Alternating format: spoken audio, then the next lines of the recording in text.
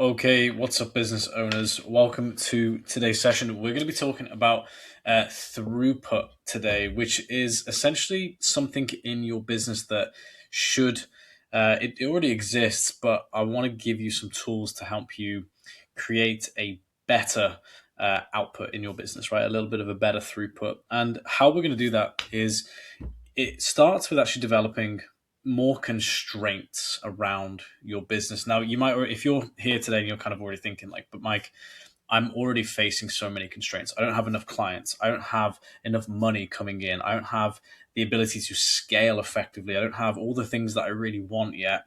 Why would I want to put any more constraints on my business? It's like, well, actually, one of the reasons why you probably don't have those things is that you haven't got enough constraints or the right constraints or the quality of constraint that we're going to be talking about today. So if you're, in the fitness industry, if you're a brick and mortar gym owner or clinic owner or anything like that, you're in the wellness space of any kind, you're a one-to-one healer, this is for you. This is going to be something that's going to really help you build something of quality so that you can basically create a repeatable outcome for people that then allows it just to sell itself, basically allows you to charge more and allows you to start fixing a lot of those issues that you're finding with your business right now, which might be, lack of revenue or something like that. So look, first and foremost, let's just think about what maybe the problem is in your business at the moment. If you are consistently having to find new clients because clients leave, and you've maybe told yourself in the past that, oh, that's just kind of like part of the work that I'm in, right? People come, people go. Some people get great results from me. Some people only stay for a little bit so that they don't get any, great results from me. Maybe you're even telling yourself that like, well, it's always based on the person. Everyone has a different experience with me because they're all different people. It's like these are all the things that really point to that you don't have a good filter and a good constraint in your business that's probably leading to poor throughput of your business, right? A good example of this is like, and we think it's different because of the different type of industry. So like, let's just say, for example, you go down to the manufacturing line at Rolls-Royce, right? You have different people operating on that factory line, but the throughput is that it produces a quality car every single time, right? There's such a standard and systemized standard of operation that exists in Rolls-Royce that it doesn't matter who you put on that factory line. The outcome, the throughput that constraint utilizes and like operates within is always going to produce the same outcome. And this is what is missing for a lot of people in the health and wellness sector, is that we think because we're dealing with different people that they should expect or have a different outcome or a different level of service from us, despite what we hope to do, and the kind of work that we do with them. So today I want to kind of give you some systems and some guidance as to how to kind of create a better quality constraint within your business to deliver better throughput. And so the first thing that we really kind of need to focus on is that, like, do you really have a stable system in your business that allows people to be really clear on, one, the expectations that you have as the service provider, but two, are we really pitching as to kind of what responsibilities they're going to have within your service in order to get the outcomes that they want as well? And like, we can go a little bit further back and we can talk about how we, organically market and how we kind of create better messaging to attract clients that want those sorts of things. But ultimately, this is one of the reasons why, like, you probably also don't have something that you can scale yet, like, without burning yourself out, right? If you have something that, like, a lot of people get into paid ads a little bit too quickly and they try and scale something that isn't really scalable because there's no system of constraint. So, like, what is a system of constraint and why do we need it? Well, look, a system of constraint is essentially making sure that you're finding, first and foremost, really aligned clients to work with you who are going to take responsibility for what it is that they want, right? So the outcomes that they want, they actually need to take responsibility for the habits, behaviors and practices. They need to take responsibility for that because you are just a guide, right? If you have a wellness clinic, you are a facility. If you are a coach, you are a guide. You are just the person that can hold their hand whilst they go through some kind of process. The outcome of that is to some degree dependent on them, to some degree dependent on how well you guide them, and to some degree how well they knew the path to follow, right? And so this is where it starts to really kind of, you can start to see, hopefully this starts to point back at us, the service provider, that if we're not providing a clear pathway and a clear outline of who's responsible for what and what our expectations are before we even go onto this path of working together, then you can probably start to see already, oh, actually, that's probably why there's a real fluctuation of why some people get great results from you, some people don't quite get the results. You're always needing to therefore find new clients. You're always looking for more revenue. When these things become systemized and we have a really high quality constraint and a high quality delivery system, those things, those outcomes that you're really looking for tend to take care of themselves because people will pay for quality. And this is the thing. If you're thinking like, well, I am quality and it's just that I haven't, managed, my reach isn't enough. It's like, no. Your reach would be enough if you had something really quality and worth, its value, because again, people would refer a lot more easily and a lot more, you would have better quality content to produce because you'd be consistently saying, this is what I do for people, right? You'd have the same outcomes all the time. The same throughput from your quality system would continue to produce regardless of who's going through it. And so that's what we're trying to, really drive towards. So we're going to use just the idea that you are some kind of one-to-one wellness practitioner or service-based industry owner. Okay, so in the wellness sector, that would be helpful. But the first thing that you really need to do is you need to spend a lot of time on identifying the actual transformation that it is that you offer, but not just offer, the one that you consistently produce for people already, right? So out of all of the results that you've gotten for people, and let's think about a difference here, first of all, between results and outcomes, right? Results aren't things like, let's say you're in the fitness industry, results aren't just like, oh, this person increased their deadlift by 10 kilos by working with me for 3 months or whatever it is. Hopefully it's a lot more if they're working for you for 3 months. That's an adaptation to the training that you're doing. That is going to happen regardless of which trainer you go with, right? It doesn't really outline any quality about you. A result or an outcome is more along the lines of like, this person came in suffering with this, or feeling like they were always the person that struggled to exercise, struggled to go to the gym, or struggled with this. And now, because of the transformation that they've been through the coaching and guidance under myself, they're now somebody who no longer resonates with that previous identity, essentially, or that previous struggle or the previous thing that they were suffering with, right? You actually have to kind of like fix something here. Something that, one of the things I used to say was like, I used to take adults who had become almost like lost within their jobs and their home life, that it had rendered them almost like shameful about how they were showing up as like in their own identity. This was shame over their body. This was shame in the sense that they had chronic pain, they had inflammation, they had all these like issues and symptoms, that the biggest issue they had was actually that it was shaping what they thought about themselves. And so I turned people who, over 40 into confident younger versions of themselves, right? And not with ego or anything like that, but actually with just real, like, I don't even say pride, but just um, a confidence in themselves, that they've almost found like a new kind of energy for life again, and work got better, their family life got better. Like, the transformation I was offering wasn't just a physiological one, it was a psychological one, it was an emotional one. And when you start to talk to people like that in a fitness industry that mostly wants to just talk about improving somebody's like physique, you start to attract a little bit more attention from the right types of clients who are expecting a different type of journey to the one that they would have previously expected from the same industry.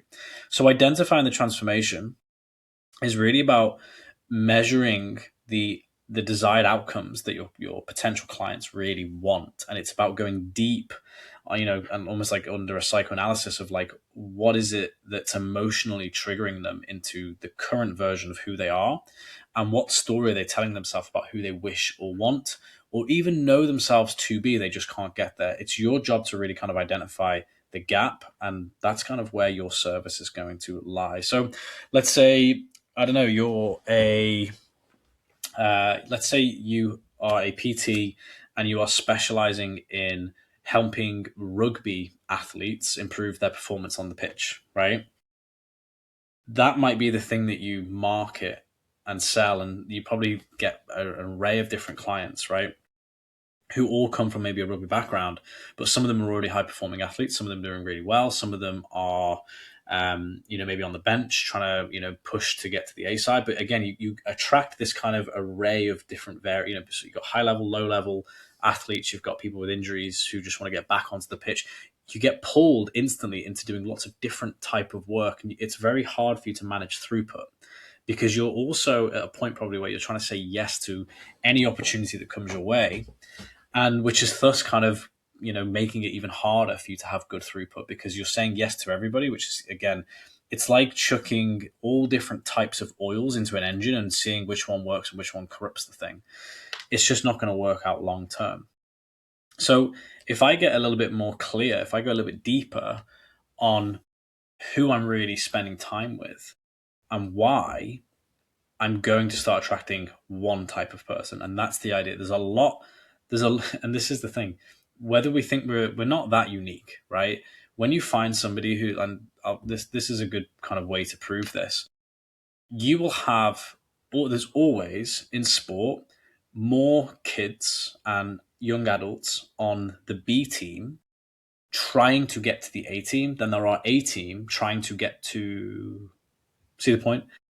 Yet we always go after the people who we're going to have to almost like coach the least because we think they're going to be the least problematic.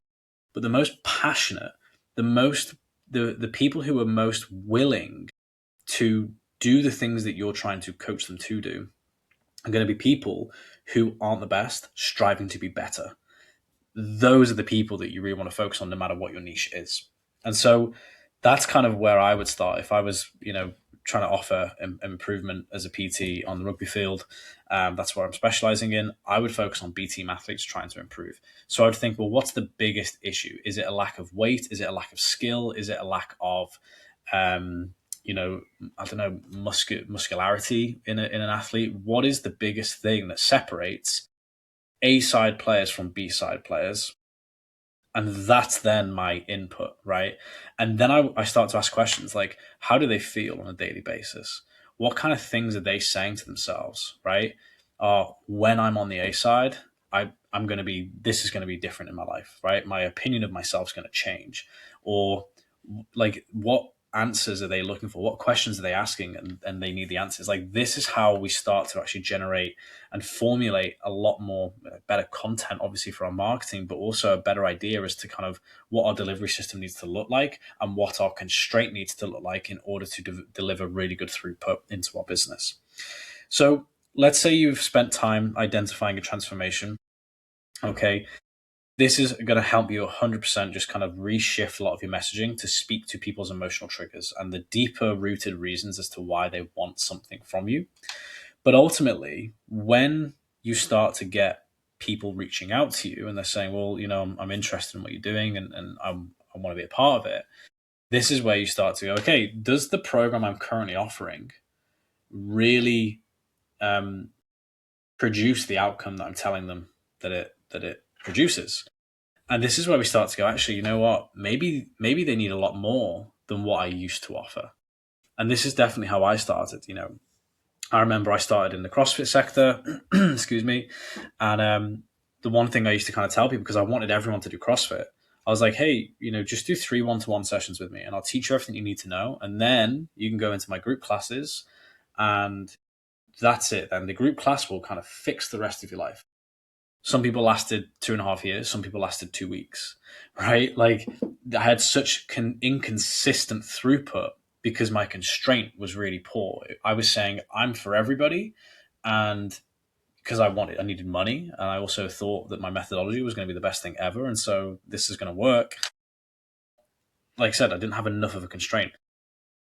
So what happened was when I started getting a little bit more deeper onto the identity, I reframed my message. I started bringing in different types of clients, right? Different clients who expected different outcomes and had a different idea of what they wanted from me. And it forced me to start adding more value to my front end offer. So rather than 3 one-to-one sessions, I had people saying, like, well, I've come here because through your messaging, I've seen that, you can help people with more than just the gym. You can help people with relationship, with their emotional triggers, with their food, with their bondage to certain things. It's like, yeah, like we can do all that. And now 3 one-to-one sessions doesn't really translate into, great transformation and really good outcomes and really good value for money. Whereas, should open my window, it's a bit too hot. Whereas when I started to kind of shift my thinking, and I thought, you know what, I now, because I'm kind of attracting in different clients who aren't maybe already athletic or in the kind of fitness space, these people are coming to me with real problems. I actually need to do a lot more like assessment before I even prescribe them something. And so that's kind of then what started to build my front end offer into 5 one-to-one sessions where we tested about 15 different modalities of fitness and health, flexibility, all those things. We started kind of doing that over a 2-week process. And then we would give them like a review session as to kind of where they were, so that we could better kind of prescribe to them how long it would take for them to actually get the outcome that they're interested in.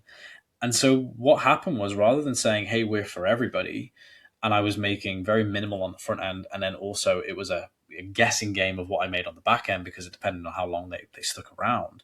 What we started doing was we started making everything we needed to make up front, because we were giving them a great level of service for the first 2 weeks.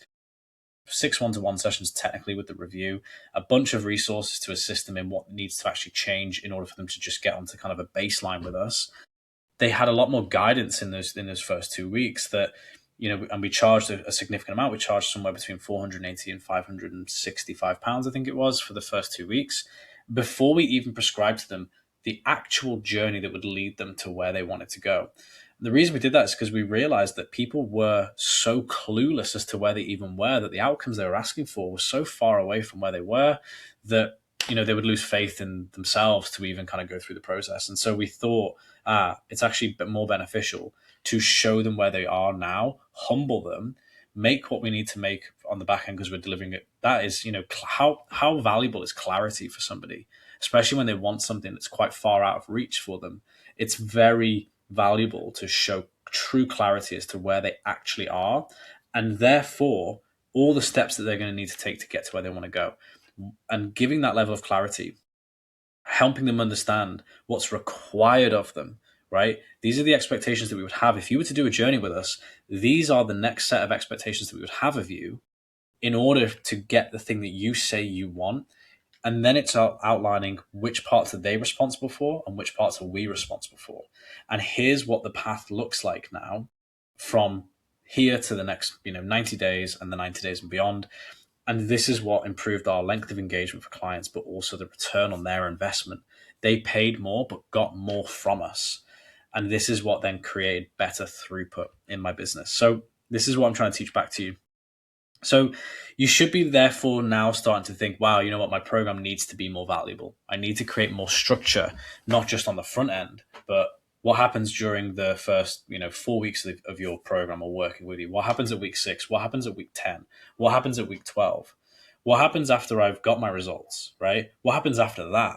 Most clients come in really lowballing what they actually want from you. They think, well, I just want this. Then they do some work with you, get more than they bargained for, and then they don't know who they are and they don't know how to make another goal. And so it's your job to really kind of like take a 30,000 foot view of your work and go, gosh, how can I better support clients along this way? Right? This is what, and eventually when you start building these much better systems, right, and you have that level of clarity in your delivery, your social proof is going to go through the roof as well, right? And that's going to create more leverage in your business, right? The more content that you get to produce on the transformation that you do for people consistently, time and time again, and you showcase those testimonials, you can do case studies, success stories, and you can highlight the results that you've helped others achieve. You're going to be building more trust and more credibility to the point that it would be you don't have to then start looking for clients. Your clients will be looking for you because they're looking for the same outcome that you've delivered time and time again for someone else. And this is how you kind of start to think. You can start backward engineering almost your business from the result to the client, rather than what happens probably at the moment is you get a client and you ask them, hey, what result do you want? And then it's your job to try and figure out how to get them there whilst taking full responsibility for it. It's not how it works. So what this allows you to do as well is it allows you to start pricing based on the value of the transformation rather than the value of the potential. This is how most personal trainers, wellness industry, service providers price their services. They price based on what they think the customer is like going to pay based on the local, market value or the average cost in the marketplace, paired with essentially how long it would take for them to really see a result. And so they end up sort of subtracting from the value of the outcome all the way down to the value of the potential, which is way less than the value of the outcome. If I was to say, hey, what's the value of the outcome of being a B-side rugby player for the last 5 years to being an A-team rugby player within a year of working with me, right? Now, the value of that for some parents is like a couple of grand. For some parents, it's maybe like 100 quid because they're not really that bothered if their kid's on the B team. But some parents are really, really bothered which team their kid plays for, as is the kid. And so you can see that the value of an outcome is going to be perceived differently to other people. And so it's up to you to start pricing based on the value to almost like filter, right? This is where the first constraint kind of comes in. It's to filter out the people who aren't that bothered about what you're doing. They're not that committed. They're not that desperate for the transformation. People who, and this is why it's not a price thing. People who aren't desperate for the outcome that you offer aren't going to take responsibility for the things that you need them to take responsibility for. This is why a lot of us get stuck teaching clients that we don't really enjoy teaching or coaching because they are resistant to the very things that we're trying to give them. Only to know that if we just priced a couple more £100 upwards, they would have never bought from us in the first place. And not because they can't afford it, but because they don't really want it. And that's a big difference. So we want to set our prices based on the value of the transformation rather than the hours that you're going to spend with the client. You need to remember that clients are paying for the outcome and results. They're not paying for your time. An example, again, is like my on-ramp, right? 5-part assessment or 6-part assessment.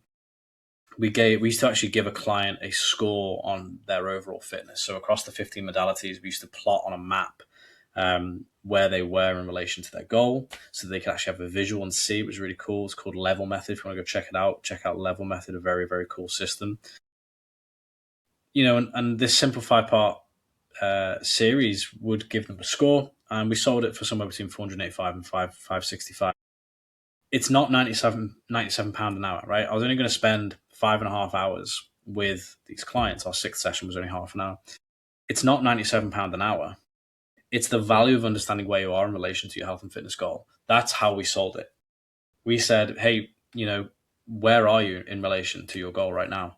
And clients would say, well, I don't know. I'm just starting today, so I don't know. It's like, okay, well, before we give you, because we need to also, right, as trainers, we are responsible for not overtraining somebody, right? And so as a trainer, it's just good efficacy within your delivery to know where somebody is so that you don't, push them beyond their physiological and psychological tolerances to exercise and to stimulate, to stimulus. And so that's kind of how we pitched it. It's like, well, hey, look, we can't work with you until we know more about you. So we have this test series. I want you to go through it. It's £485 or £565 if you need the nutrition add-on, I think that we did. Depending on their goals. If they were like, I want to kind of lose some weight as well, but add on the nutrition side. And we would say, well, we need to really kind of establish a baseline. We need to know where you're at so that we can measure the gap between where you're at now and where you want to be in the next 90 days. Now, this level of care isn't typically seen in gyms, right? And so you can see that now we actually have a unique selling point. We're having conversations with our clients that no other gym in the area was having, because every other gym in the area is just like money crazy, right? They're like, hey, do you want to join? And they're like, yeah. And they're like, okay, in you go. Give us this money, put your direct debit down here, and we just want you in. It's a poor throughput system. There's no constraint here. And so that's what allowed us to kind of really scale our business, right? Is that like, hey, we knew that it didn't matter if somebody in the back end kind of quit, right? Maybe a little if they quit premature and they didn't quite get the results or whatever, it didn't necessarily matter to the business, because as long as we had 5 to 10 clients kind of coming through every month on the on-ramps, on the kind of front end offer, we're always going to be able to pay our coaches, pay our bills, and live a pretty good life. There's always going to be people that want your service, right? Keeping them for a long period of time, that's a different story for a different day. But yeah, this was our best selling program because it was in depth. It delivered a massive amount of clarity for people to help them align their expectations to the services that we have. So the client got a lot more value, and this brought the next program in our kind of perfect client journey.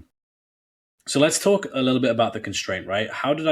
You have to kind of get to the point where, because you're really clear on what you offer, you have to start filtering the clients who you should work with and the clients who you shouldn't work with, regardless of whether or not they want to pay you.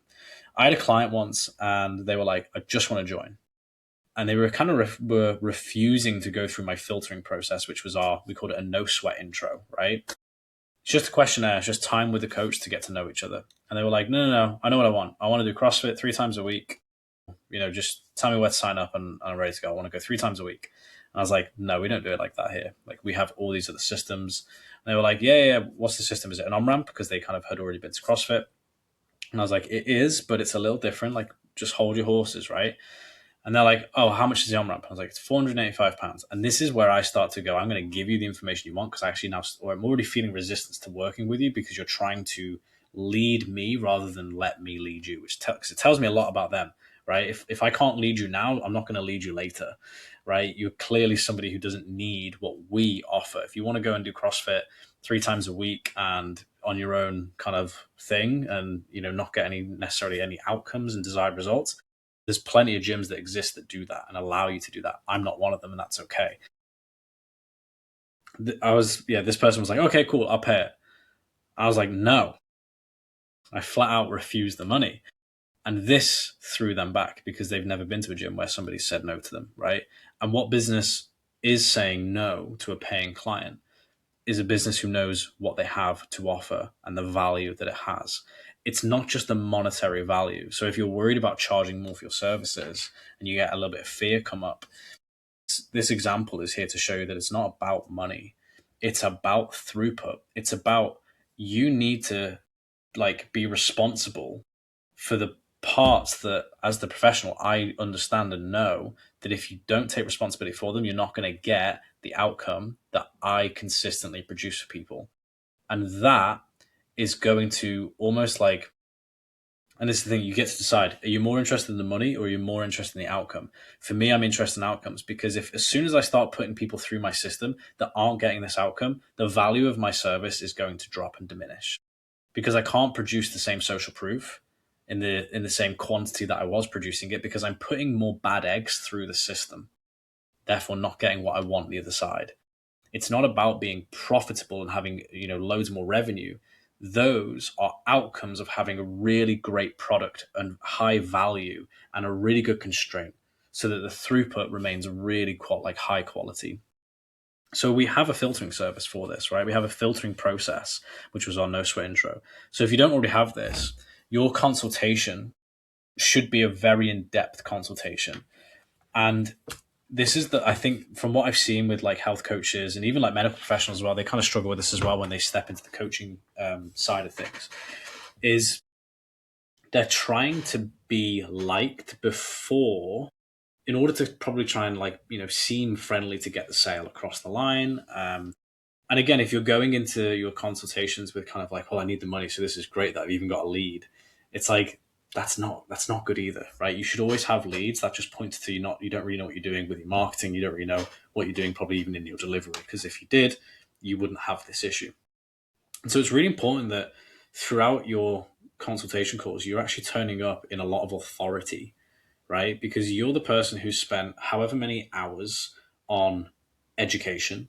You've spent X amount of money and resources on education.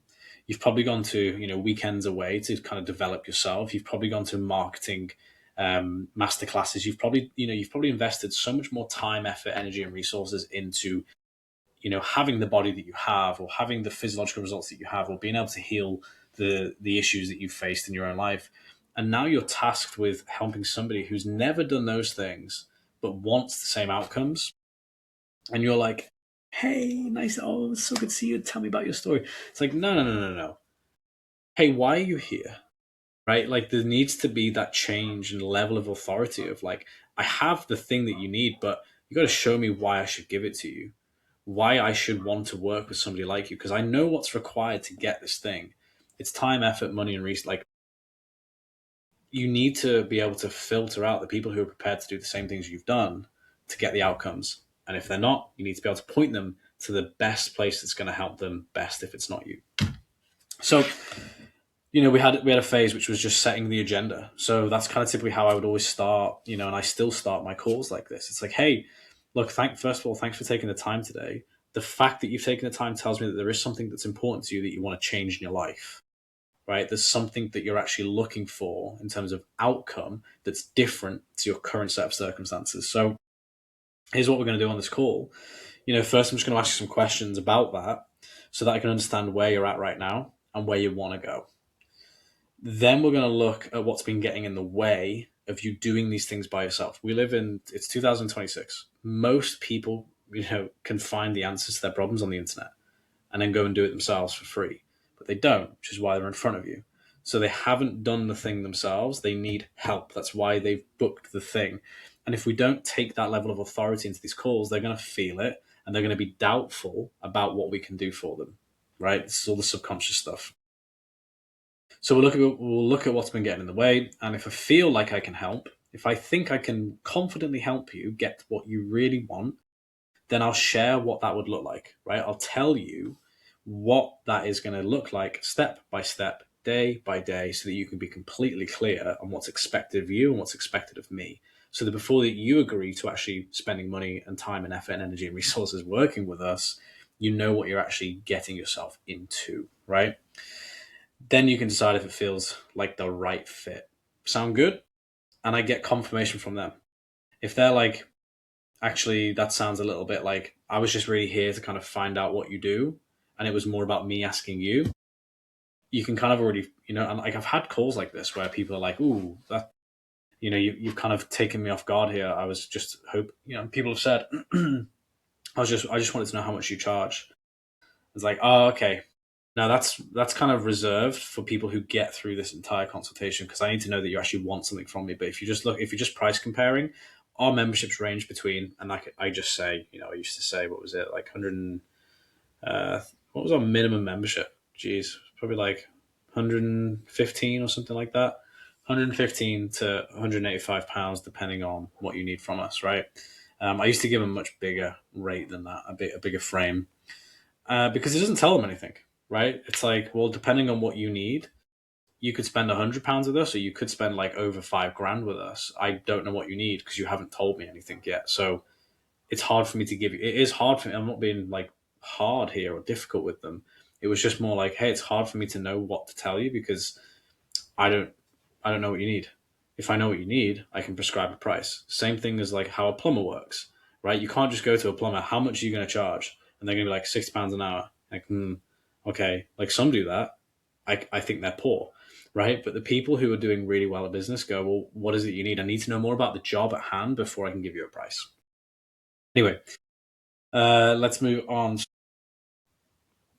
This is exactly what you need to be able to transform. So there's two phases, and this is what I used to say to them as well. Like, where are Sorry, I've gone past it. There we go. Phase two, right?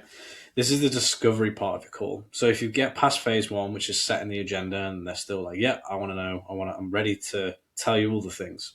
The first thing I want to do is like, "Why are you here? Why did you book this today? What are we actually here for?" Right? And they give you that, and then we go, "Okay, cool. Thanks for telling me." Maybe they've told you a little bit about their pain, a bit about their suffering, a bit about their emotional triggers. At this point as well, what we're hoping for is that they've referenced something within your marketing materials. We're actually testing the client to see how much they've been engaging with us and taking on board the information that we're putting out there so that we know if they're actually even aligned to be in the business, right? Because if someone's there just like, well, I've heard of CrossFit or I've heard of the thing that you do and I've looked at a few other people, so that's it. It's like, okay, probably unlikely they're going to have any kind of realistic goals. Whereas somebody who is really ready to work for you, they are so going to be referencing your last social media post. They're going to be saying things like, well, I know you work exclusively with these people and I am that person. they're going to be saying things like that to you. I saw that you did this for this person and I want that same thing. Right? These are great clients. So, like, what's the number one goal or outcome that you're actually hoping I can deliver for you, deliver with you, right? And they go, "Oh, well, I came because I resonated with a lot of the identity statements that you had in your marketing, but really, what I want is more confidence in this, right?" And so that you, even though you've got them in with the thing, they maybe give you a little bit of a curveball and say something else. It's absolutely fine. What's the biggest frustration you're facing right now? And your job is to listen in this phase of the call, right? What do you think is holding you back from fixing that, right? How long have you been really suffering with this issue? What have you done to try and fix it already? Why haven't you fixed it? These are all the things that they're going to like when they give you an answer, they're going to reference parts of your client journey that don't exist with you because you don't have a try it and see if it works kind of system. You have a this works system. These are the steps you're going to need to take. So when someone says, I always just kind of used to fall off when I was going to this gym or that gym or whatever it is, and your client journey is like, well, we do PT all the way through. This is what helps you reference why these types of people need these things. Is you can be like, well, what were you expect? You know what I mean? Oh, it's too expensive. I don't really have the money for PT. It's like, okay, well, how do you expect to get your outcome if every gym you pay for that's also cheaper allows you to kind of come and go as you want? You've just told me that you always fall off the bandwagon. Clearly, group training is never going to be the thing that fixes your problem or gets you to the result. So, how long do you want to waste your money? You know what I mean? And this is why it's not about money, it's about throughput and it's about outcomes and results. So, what have you tried in the past, right? If it worked, great.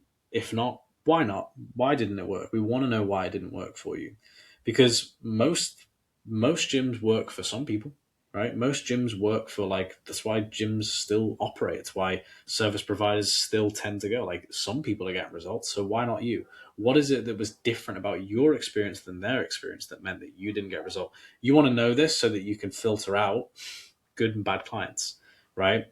Especially when they've come from maybe something that even, if someone's like come from a business down the road that you really like and you think they've got great systems and really good services, really good care, and you've got somebody who's saying, I went there and I didn't have a good experience, you should be curious about that. It says usually more about them than the business.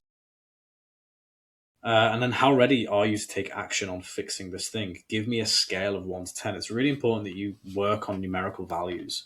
When somebody says, "Oh, like an 8, I'm kind of ready to go," you're like, "Well, why was it not a 10?" Right? What's missing for you to feel completely ready?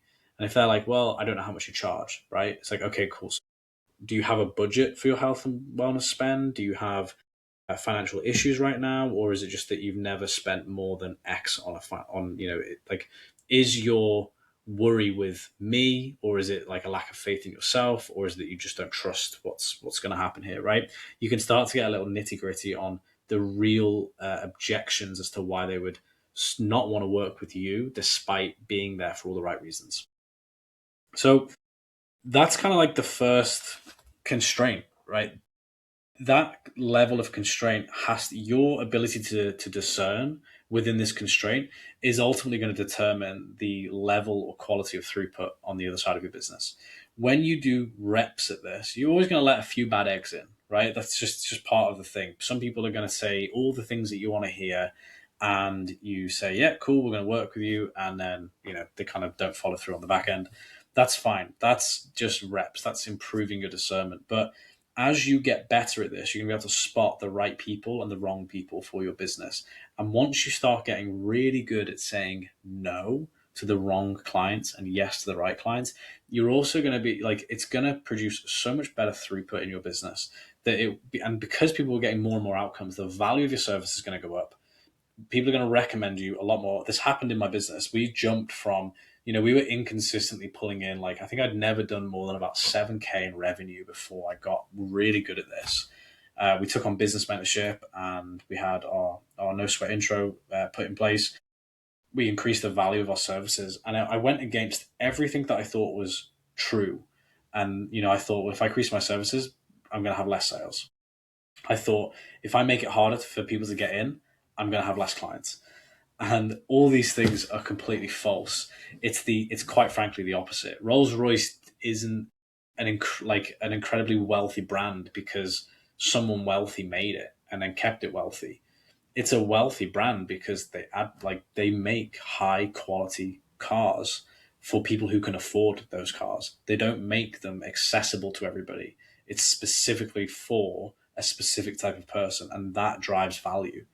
And so, if you are struggling with demand, if you have low demand in your business, try offering something high value. Try building something with constraints around it that says, no, actually, this is for like one type of person, and go after them. It just needs to be rooted in something you can actually deliver, because you're not here to, especially if you're taking this and then using some of these frameworks. You're not trying to spin people out of money here. You're actually needing to deliver some really, really fantastic results. We did amazing 5-year transformations. We had, men spending $5,000 up front on our 90. We had a signature 90-day program, which was helping men over 40, essentially reconnect with their former, more youthful body.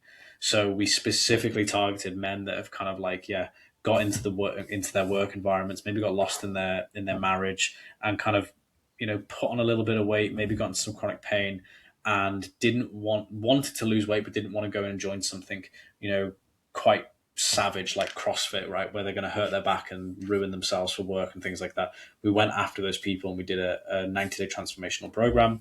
We did all their supplements, we did their nutrition, we did all of their fitness training, we did office hours online for educational support. We offered so much value, and we charged $5,000 for it, just for a 90-day program, and that thing sold like wildfire. So hopefully that was helpful. But ultimately, that is the biggest restriction that I find in the wellness service and the service based industry, is that our throughput within the business just isn't what it needs to be. And so, yeah, capturing proof, capturing testimony, product development, customer acquisition, these are the things that really need to improve in order for you to kind of get rid of the influx of never ending need to find people, low revenue, low cash flow. All these things can be fixed when you start developing a better constraint on the front end, and therefore deliver more or higher quality value throughput on the back end. So hope that was helpful. If you want, I do have a guide available for how to add 5K of revenue to your either gym or wellness business in the next 30 days. And so, yeah, I will leave the link in the comments, and you can grab that one. It's a free guide.